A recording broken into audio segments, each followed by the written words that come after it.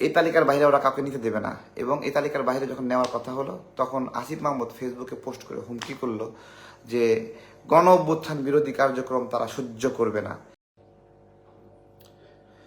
সাংবাদিক ইলিয়াস ভাই যখন ফেসবুকে পোস্ট করেছিল যে আসিফ মাহমুদ শত কোটি টাকা আয় করছে প্রশাসক নিয়োগ করে, এইটা আপনারা কারা কারা বিশ্বাস করেছিলেন?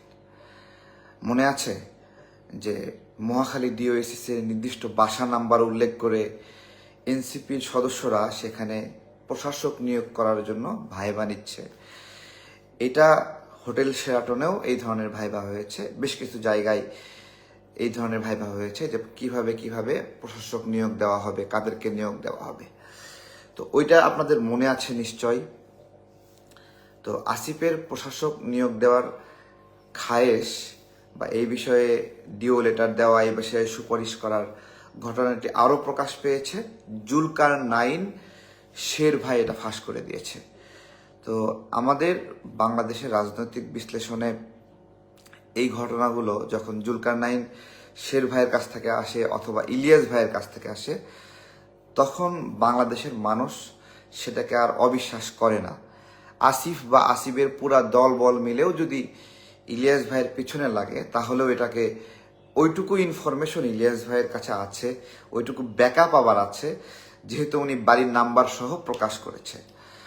তো বোতল কাণ্ডে মাথায় বোতল লাগাই মাহফুজ আলম যে ঘটনাটা করলো, এমআরআই বা ওই যে সিটি স্ক্যানের মেশিনের ভিতরে ঢুকে গেল, আমার মনে হচ্ছে যে তার মাথায় বোতল না, একটা মিসাইল লাগছে। মিসাইল লাগাতে মাথা নষ্ট হয়ে গেছে, মৃত্যু শরাপন্ন। সে এখন চলতেছে আর কি। তো এই হলো অবস্থা বাংলাদেশের রাজনীতিতে। গত কয়েকদিনে এমন কয়েকটা সিরিজ ঘটনা ঘটেছে, এই ঘটনাগুলো ঘটার পেছনে আরও গুরুত্বপূর্ণ ঘটনা কি, এটা আপনারা এখনো অনুমান করতে পারছেন না। দেখেন, ফারুকীর বউ তিশা, তাই না? ওনার নাটক আমি খুব পছন্দ করতাম, অভিনয় তাহসান তিশা যে নাটকগুলো আসতো খুব ভালোই লাগতো। কিন্তু মুজিব সিনেমায় অভিনয় করে বা শেখ হাসিনার বন্দনা করার কারণে সে অনেক নিন্দিত মানুষ, আমরা তাকে অপছন্দ করি। তো এই মুজিব সিনেমায় অভিনয় করার জন্য একজন নায়িকাকে গ্রেপ্তার করা হয়েছে। ফারুকের টেনশন ধরে গেছে, এখন তো তার বউয়ের গ্রেপ্তারের কথাও আসবে। বাস্তবে এটা কিন্তু সর্বোচ্চ পরিমাণে হাইপ ডেভেলপ হয়েছে না? তো এখন আমার কথা হলো যে কাকতালীয়ভাবে ওই নায়িকাকে গ্রেপ্তার করলো নাকি হাইপ তৈরি করার জন্য এটা করলো? ইশরাক ভাইকে মেয়র পদে নির্বাচন দিতেই পারে বা মেয়র পদে তাকে দায়িত্ব দিতেই পারে, তাই না? এটা দেওয়া হচ্ছে না কেন? একটা আন্দোলনকে জমিয়ে রাখতে বাধ্য করা হচ্ছে সেই জন্য কি না? নাকি একটা ঘটনা ঘটে গেছে, সরকারিভাবে গাড়ি জালিয়াতির নিউজ করেছে সমকাল। এই নিউজ করার পরে নিউজ যারা করেছে তারা তখন থেকে বিপদে আছে। গতকাল আমাকে জানিয়েছিল, তারেক ভাই, এই নিউজ করার পর থেকে আমি স্বাভাবিকভাবে চলাফেরা করতে পারছি না। নিউজটা ছিল সরকারি উপদেষ্টারা একটা করে গাড়ি বরাদ্দ পায়, কিন্তু একজন উপদেষ্টা 4টা করে গাড়ি বরাদ্দ নিয়েছে। এর মধ্যে আপনার হলো ফারুকী আজম নাকি যেন নাম, মুক্তিযুদ্ধ মন্ত্রণালয়ের, সে 4টা গাড়ি বরাদ্দ নিয়েছে। আসিফ মাহমুদ সে নিছে 6টা গাড়ি বরাদ্দ। মানুষ একজন, গাড়ি বরাদ্দ নিছে 6টা। ঠিক আছে, এইভাবে একজন উপদেষ্টা প্রয়োজনের অধিক পরিমাণ রাষ্ট্রীয় সুবিধা নিয়ে রাষ্ট্রের অর্থ নষ্ট করছে। অথচ দেখাচ্ছে যে রাজনৈতিক দলগুলোকে নিয়ে যখন প্রোগ্রাম হয়, সেই প্রোগ্রামে পানির বোতল দিচ্ছে না। কি দিচ্ছে? জগ থেকে পানি খাওয়ার জন্য বলতেছে যে গ্লাস থেকে জগ নেন, অপচয় কমবে। আবার কি করছে যে আইফোন, সরকারি কর্মকর্তাদের আইফোন দিচ্ছে। এই যে নাটক, নকল ব্যবস্থাপনা, এই সব কিছু কিন্তু প্রকাশ পাচ্ছে। আমি ক্যাপশন দিয়েছি, আসিফ মাহমুদের খেল খতম। আসিফ মাহমুদের চৌর্যবৃত্তি এবং দুর্নীতি যে জায়গাগুলোতে প্রকাশ পেয়েছে, তার মূল অ্যাটেনশনটা হলো যে এগুলো সে নিজে নিয়োগ দেবে। তার নিয়োগ দেওয়া সঠিক। সে যে ঢাকা উত্তরে একজন বিতর্কিত মানুষকে নিয়োগ দিল, এটা সঠিক, এটাতে কোনো সমস্যা নাই। হ্যাঁ, এই যে সার্জিসরা গতকাল থেকে পোস্ট করছে, হাসনাতরা পোস্ট করছে যে মেয়র ইশরাককে কেন্দ্র করে আপনি কেন বিনা ভোটে সরকারের নির্বাচনে মেয়র হবেন, এ ধরনের পোস্ট করছে। ওরা কিন্তু কখনো পোস্ট করেনি যে আসিফ মাহমুদ কেন ডিও লেটার দিয়ে, ওই যে সুপারিশনামা দিয়ে এজাজকে ঢাকা উত্তরের মেয়র সমমর্যাদার প্রশাসক বানালো, এটা কিন্তু ওরা বলছে না। ওদের দলের আয়োজনেই কিন্তু প্রশাসক নিয়োগের ভাইভাগুলো হয়। এখনো ঢাকার ভিতরে বিভিন্ন ওয়ার্ডে যে বিভিন্ন সার্টিফিকেটগুলো দেওয়া হয়, এগুলো দেওয়ার জন্য যে লোকগুলো বসাইছে, এগুলো এনসিপি ওরা ভাইবা নিয়ে বসাইছে, তাই না? এটা একটা কেমন প্রতারণা দেখেন। রাষ্ট্র যখন নিজে জালিয়াতি জড়িয়ে পড়ে, রাষ্ট্র যখন নিজে বাটপারি করে, তখন রাষ্ট্র নিজেই একটা সিদ্ধান্ত নেয় এবং নিজেই তার লোককে দিয়ে প্রতিবাদ করায়। এটা অনেক ধান্দাবাজি না বলেন? ধান্দাবাজি না? যে নিজেরাই এই যে আমরা বলেছিলাম যে শাহবাগ কেন দখল করছো, তুমি ইউনুসের বাড়ির লাইনে বিদ্যুতের লাইনগুলো খুলে দাও না, সে আওয়ামী লীগকে নিষিদ্ধ করতেছে না, তার বাড়ির লাইন খুলে দেবা, তুমি জনগণকে কোনো কষ্ট দিচ্ছ। ওরা যখন আন্দোলন করলো, সেই ব্যবস্থাপনাগুলো কত চমৎকার দেখেন। আপনার ওইখানে ওই আন্দোলনের দিকে দুটা গুরুত্বপূর্ণ ঘটনা ঘটেছিল। আওয়ামী লীগ নিষিদ্ধের ঘটনায় দুটা গুরুত্বপূর্ণ ঘটনা ঘটেছিল। এটা হলো গোপন একটা খবর, আজকে বলছি। আওয়ামী লীগ নিষিদ্ধের ঘটনায় এনসিপির মতো করে দুটা সংগঠন ওই দিন প্রোগ্রাম করে। একটা হলো নুরুল হক নূরের গণ অধিকার পরিষদ, আর একটা হলো আমাদের সংগঠনের আমজনতা দলের পক্ষ থেকে আমাদের সাধনা আপু, সোহেল আমিন, সুরাইয়া আপু, আসগর ভাই, ফরিদ ভাই, তারপরে নজরুল ভাই, এই আমাদের সহযোদ্ধারা, রাজা ভাই, আরিফ বিল্লাহ, ফয়সাল ভাই, তারা সবাই মিলে একটা প্রতিবাদ করে আওয়ামী লীগ নিষিদ্ধের দাবিতে।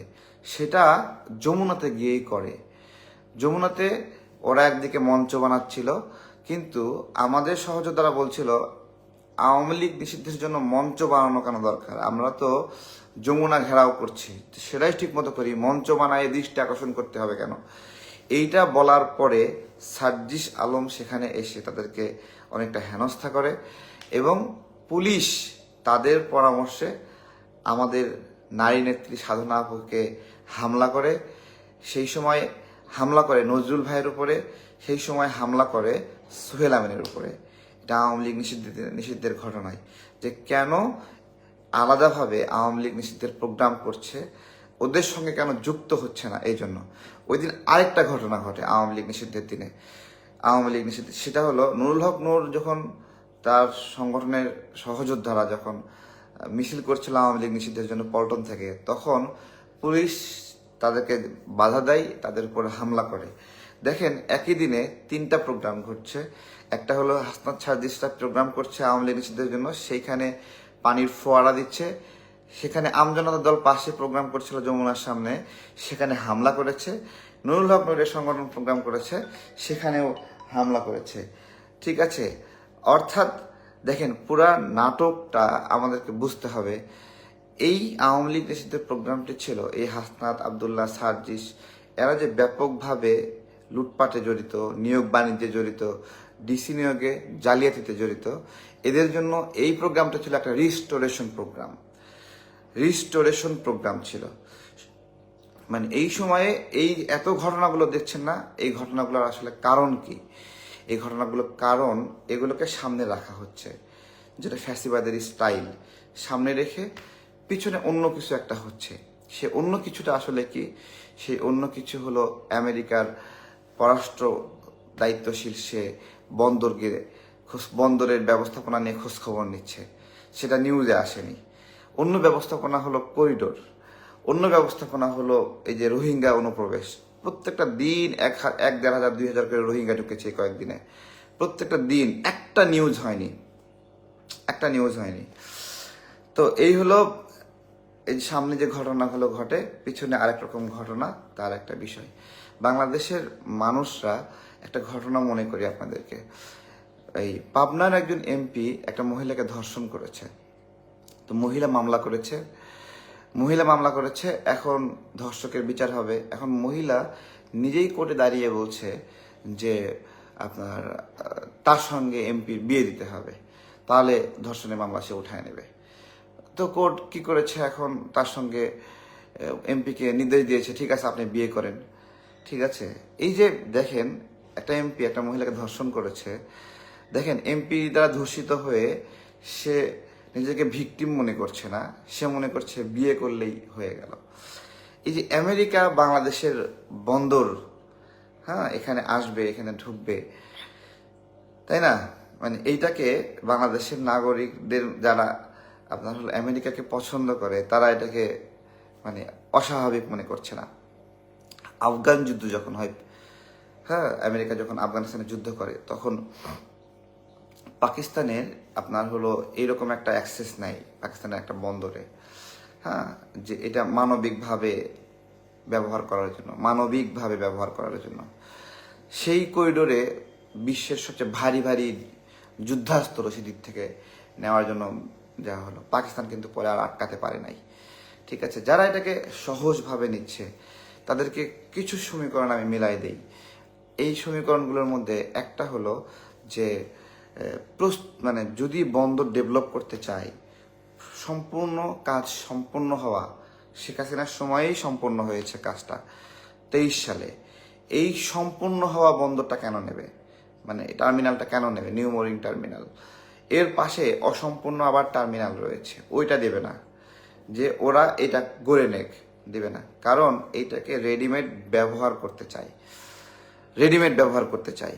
আজকে একটা কথা বলছি, আমেরিকা এই বন্দর নেবে না, বা ডিপি ওয়ার্ল্ড এই বন্দর নেবে না, যদি সিদ্ধান্ত নেন যে মায়ানমারে করিডোর দিবেন না, রাখাইনে করিডোর দিবেন না।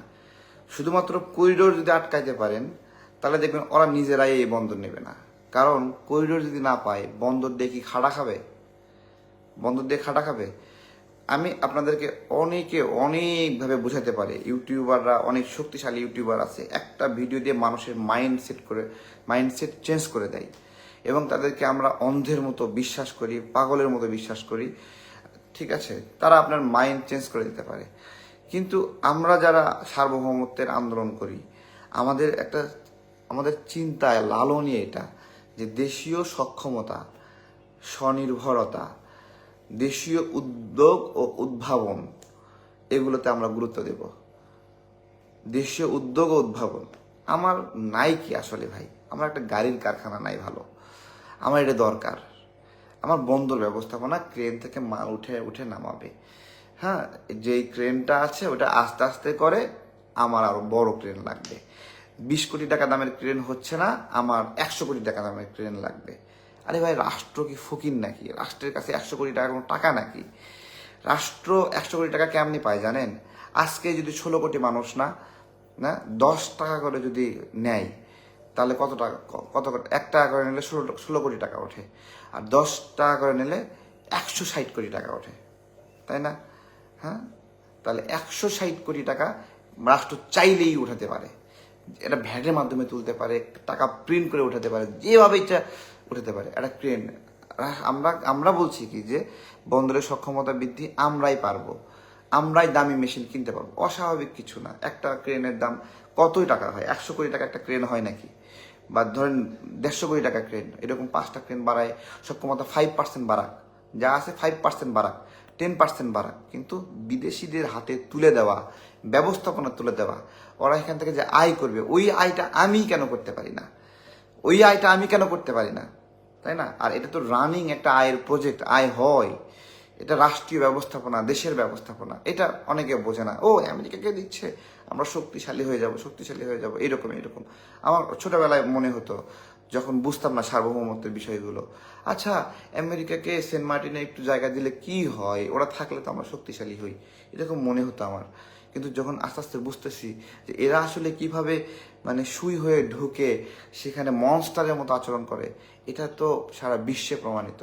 সারা বিশ্বে এগুলো এস্টাবলিশমেন্ট, এই যে সিরিয়া, লিবিয়া, তুরস্ক, সব বিভিন্ন জায়গায় দেখেন কি অশান্তিটা তৈরি করেছে, এগুলো আমরা বিবেচনা করতে পারি না। তো যাই হোক, এগুলো সব প্রকাশ পাচ্ছে, ঠিক আছে, প্রকাশ পাচ্ছে। বাংলাদেশে এই যে আসিফ মাহমুদরা কেন এরকম হটকারি করে জানেন?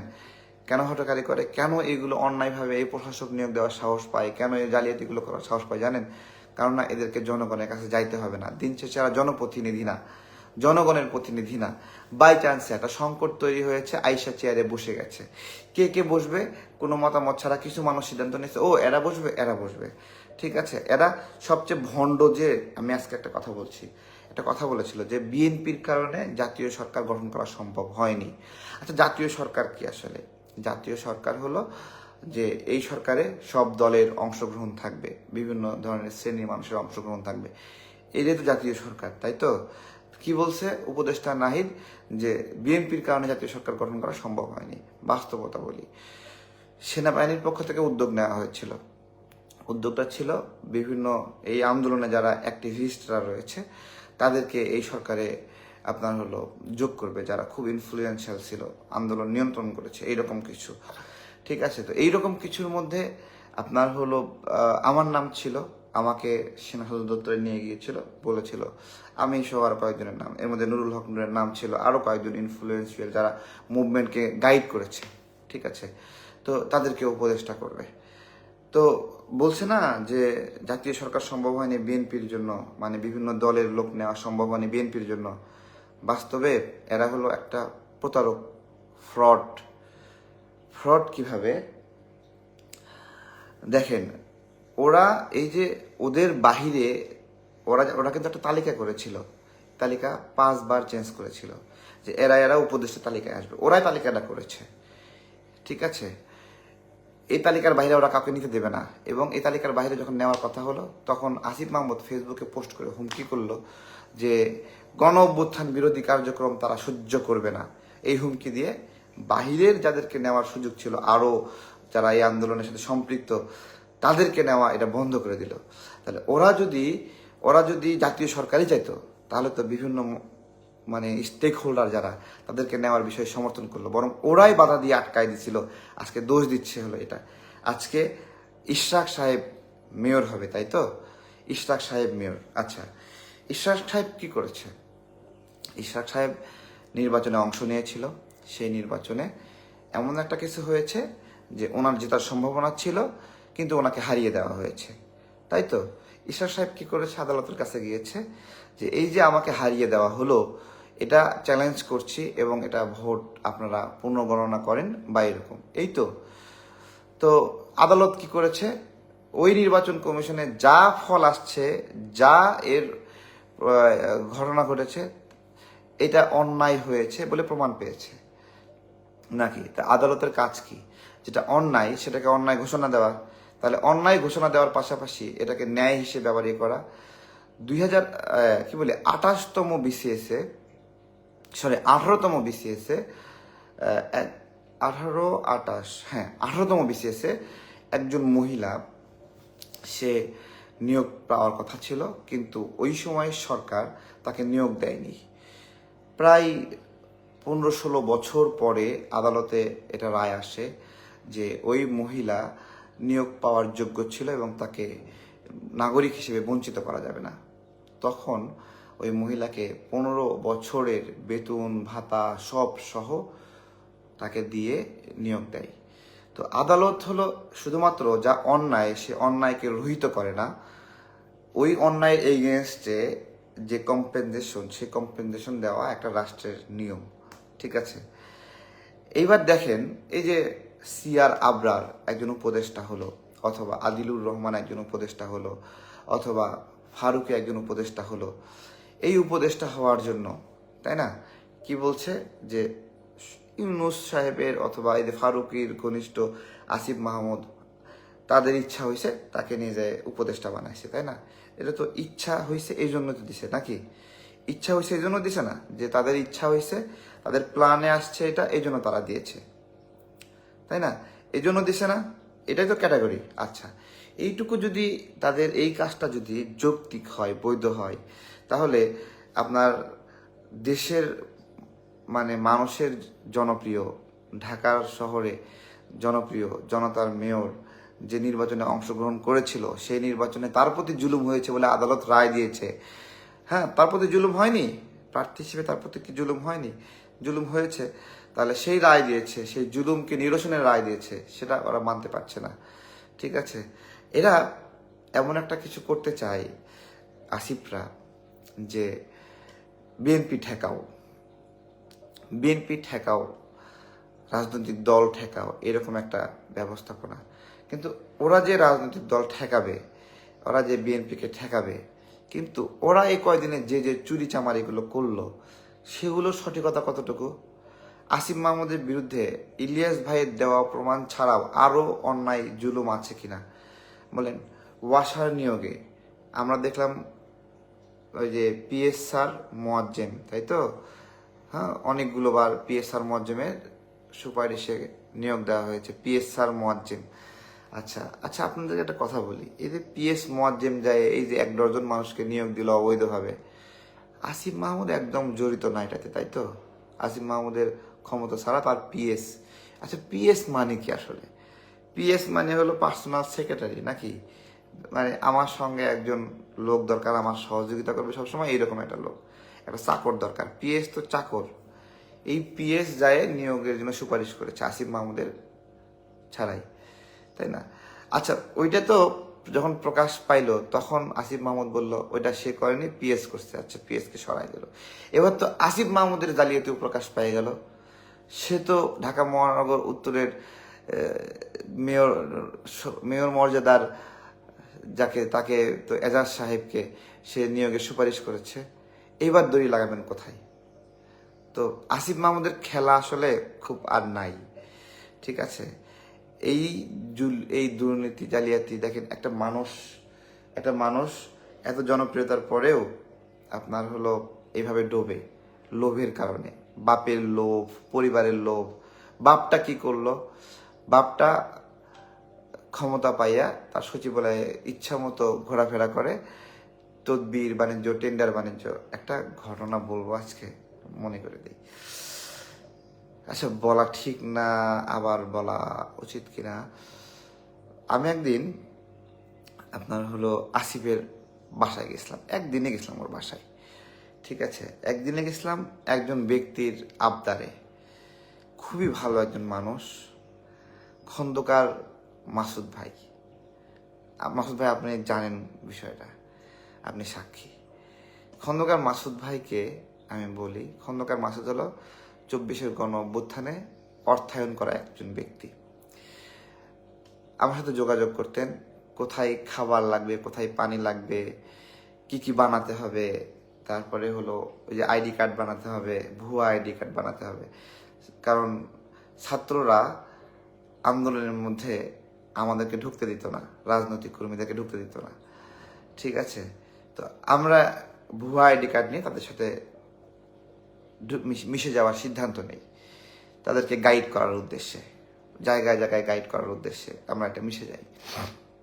এটা যুদ্ধে সবই বৈধ, হ্যাঁ, ভালোবাসা এবং যুদ্ধে আমরা যুদ্ধেই নামছিলাম, আমরা মিশে যাই।